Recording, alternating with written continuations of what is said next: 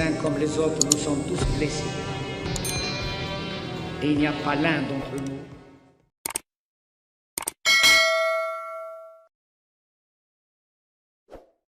Abdelmadjid Tebboune à la tête de l'État algérien.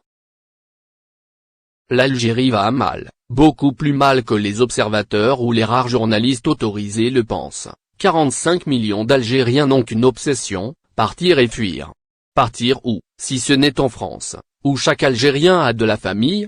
On ne compte plus aujourd'hui ceux qui demandent un visa dans le seul but de ne faire qu'un aller simple, c'est-à-dire de rester d'une façon ou d'une autre en France avec l'espoir d'être un jour régularisé, indique ainsi un Xavier Driancourt très amer qui décrit sans aucune concession une réalité chaotique occultée, ignorée et volontairement minimisée par les autorités françaises qui veulent réussir leur réconciliation en cours avec le régime algérien. Pour l'ancien ambassadeur français, la crise économique, sociale et politique va s'accentuer dans les années à venir en Algérie et produit des conséquences très dangereuses pour la stabilité même de la France. La crise économique, la corruption née de la rente pétrolière, le découragement non seulement des élites des grandes villes du Nord, mais aussi du peuple des campagnes et de l'Algérie profonde, découragement stimulé par la générosité de la France, font qu'à ce rythme-là peu de gens resteront en Algérie.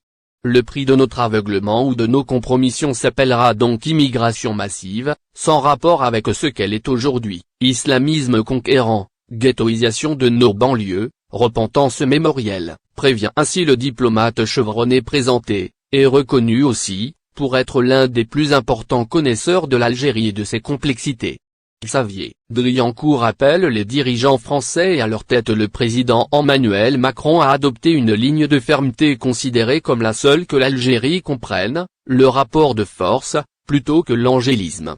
Faute d'une telle attitude, l'Algérie posera énormément problème dans un avenir proche notamment à la lumière d'un deuxième mandat de Tebboune qui se profile à l'horizon.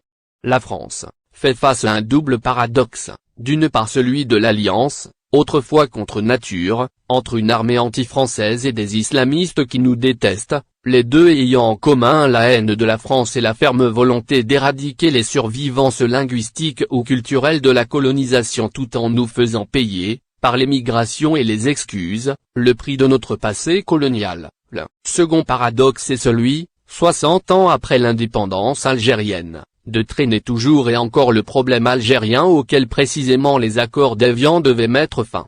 L'Algérie, en ce sens, a gagné le combat contre l'ancien colonisateur, elle reste un problème pour la France, elle s'effondre, mais risque d'entraîner Paris dans sa chute. La 4e République est morte à Alger, la 5e, succombera-t-elle à cause d'Alger? Prophétise enfin Xavier Driancourt qui avait occupé de nombreuses autres fonctions prestigieuses en étant l'ancien directeur général de l'administration du Quai d'Orsay et anciennement chef de l'inspection générale des affaires